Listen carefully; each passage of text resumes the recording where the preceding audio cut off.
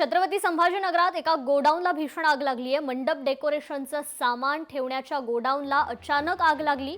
घटनेची माहिती मिळताच अग्निशमक दलाचे जवान घटनास्थळी दाखल झाले। आग विझवण्यासाठीचे शर्थीचे प्रयत्न त्या ठिकाणी सुरू आहेत।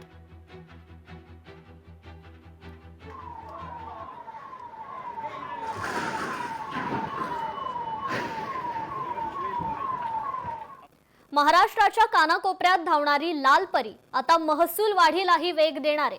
पुढील 5 वर्षात केवळ जाहिरातींच्या माध्यमातून एसटी महामंडळाला तब्बल 250 कोटी रुपयांपेक्षा अधिक महसूल मिळणार असल्याची महत्त्वपूर्ण घोषणा परिवहन मंत्री आणि एसटी महामंडळाचे अध्यक्ष प्रताप सरनाईक यांनी केली आहे। एसटी महामंडळाची 251 आगारे आणि 610 पेक्षा अधिक लहान मोठी बस स्थानकं राज्यभर पसरलेली आहेत। सुमारे 12,000 बसेसच्या ताफ्याद्वारे दररोज 50 ते 55 लाख प्रवाशांची ने-आण केली जाते।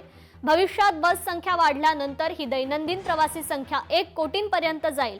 अशा व्यापक पोहोचत असलेल्या माध्यमावर जाहिरात देणं म्हणजे उत्पादकांसाठी सुवर्ण संधीच आहे, असंही सरनाईक म्हणाले। सौदी अरेबियातील सर्व कॉन्स्युलर सेवा अमेरिकेकडून रद्द करण्यात आल्यात। अमेरिकन नागरिकांना वैयक्तिक सुरक्षा योजना राखण्याचा सल्ला आहे। रियाधमधील अमेरिकन दूतावासाने सौदी अरेबियातील त्यांच्या अनेक मिशनमधील सर्व सेवा रद्द करण्याची घोषणा केली आहे।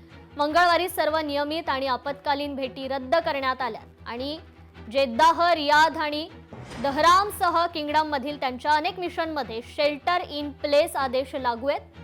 त्यात असंही म्हटलंय की सुविधेवरील हल्ल्यामुळे कृपया पुढील सूचना मिळेपर्यंत दूतावास टाळा।